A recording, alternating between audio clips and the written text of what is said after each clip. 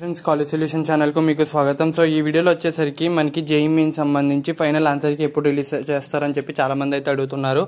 అంటే సెషన్ 2 సంబంధించి ఫైనల్ ఆన్సర్కి ఎప్పుడు రిలీజ్ చేస్తారంటే సో మ్యాక్సిమం ఛాన్సెస్ వచ్చేసరికి వాళ్ళ నైట్ అయితే రిలీజ్ అయితే అవకాశం అయితే ఉందన్నమాట. జేఈఈ మెయిన్ సంబంధించి ఫైనల్ ఆన్సర్కి అయితే మాత్రం సో ఇవాళ నైట్ కానీ రేపు మార్నింగ్ కానీ మనకి రిజల్ట్స్ అయితే రిలీజ్ అవుతాయి ఫైనల్ ఆన్సర్కి సంబంధించి జేఈఈ మెయిన్ సెషన్ 2 అయితే మాత్రం.